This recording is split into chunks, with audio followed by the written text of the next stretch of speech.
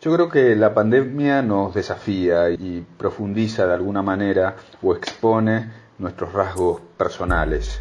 El altruista va a ser más altruista que nunca, el individualista va a ser más individualista que nunca, y muchas otras personas, tal vez más grises, menos definidas en sus matices, van a revelar en un contexto de emergencia su verdadera condición, ¿no? Yo creo que la catástrofe no fabrica ni héroes ni villanos, lo que hace simplemente es revelarlos, ¿no? Los héroes y villanos están caminando permanentemente alrededor nuestro. La situación de emergencia los pone en evidencia. Respecto al grado de comprensión que tiene o que tenemos frente a los alcances de esta pandemia, yo creo que tenemos un nivel de comprensión alto de los peligros más cercanos que encarna. Concretamente, nosotros sabemos que hay un virus que nos amenaza. Aceptamos el barbijo, la distancia social, el lavado de manos, aceptamos el home office, pero aún estamos lejos de entender otras razones, tal vez más subterráneas, aunque pueden llegar a ser evidentes, que esta pandemia expone claramente, ¿no? Por ejemplo, lo que hace que una familia la pase peor que otra frente al aislamiento social obligatorio. ¿Y por qué lo puede pasar mal? Porque frente a una misma situación no tiene acceso a la comida, no tiene acceso al agua, no tiene acceso a la educación, tampoco tiene acceso a la certeza de un futuro. Esa es una diferencia brutal y un nivel de comprensión que no todos tenemos frente al virus, frente a la pandemia. Respecto a libros de este tipo o de este género, voy a mencionar a uno que leí hace 2 años.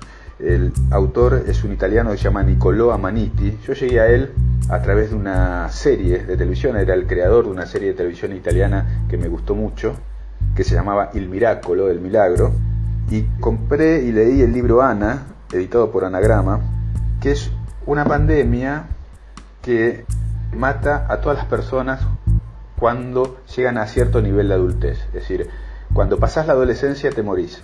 Y cuenta la peripecia de una niña, Ana, que junto con otros adolescentes atraviesa Italia de punta a punta en busca de un lugar en donde puedan sobrevivir a ese límite que impone la edad. Me interesó mucho el planteo, el libro está muy bien escrito, y esa idea que es la adultez la que te mata me resultó, la verdad, interesante.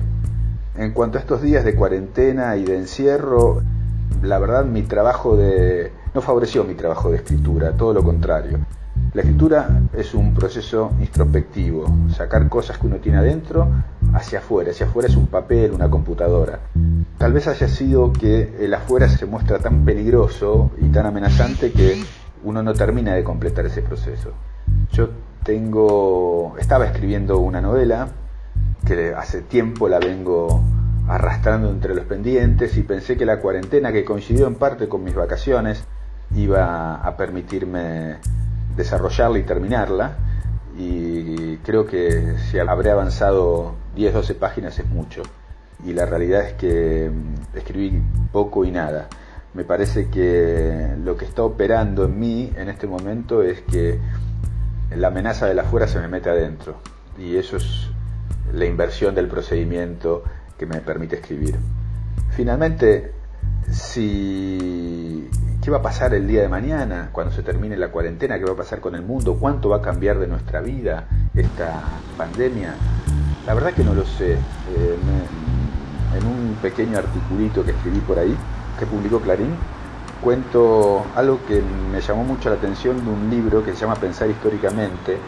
El autor es un historiador francés, Pierre Vilar. Vilar decía que en 1917, cuando se produjo la revolución bolchevique, en Francia, él vivía en Francia, era chico, tenía 10 años, la noticia de lo que había sucedido en Rusia no le interesó a nadie. Obviamente, los franceses de esa época estaban más interesados en las marchas y contramarchas de la guerra de trinchera con Alemania que lo que ocurría en un país de Europa del Este. La noticia ni siquiera salió en la primera plana de los diarios de la época. Y sin embargo, claramente, esa revolución bolchevique fue una especie de muesca de la historia, ¿no? La historia cambió ese día y definió la revolución bolchevique gran parte de lo que ocurriría luego en el siglo XX. Con lo cual, a veces, lo que nosotros creemos relevante y creemos que tiene una gran importancia histórica en el momento en que lo estamos viviendo, después, con los años, se verifica que no es tan así. Otro ejemplo, en 1991 se disuelve la Unión Soviética. Ese hecho, los que lo vimos a través de los diarios y la televisión, sabíamos que era un hecho histórico, y realmente lo fue, porque reconfiguró todo el mapa político internacional. Ahora, cuando sucedió el atentado a las Torres Gemelas, que muchas veces y mucha gente dijo, bueno, cambió la historia, en realidad lo único que cambió fue ese episodio, que fue dramático, terrible y sangriento. Lo único que modificó fue las rutinas de seguridad de los aeropuertos. ¿Qué va a pasar con la pandemia? ¿Será realmente un hecho que cambie la historia? ¿Un dique que cambie el curso natural de la humanidad? La verdad no lo sé, y realmente casi diría que tengo mis dudas. Este deseo de que sea la pandemia el volantazo que nos lleva hacia otro lugar, lo que revela en realidad es que necesitamos que algo de afuera, en este caso un virus, cambie una realidad que nos duele, que nos preocupa y que sentimos inmodificable.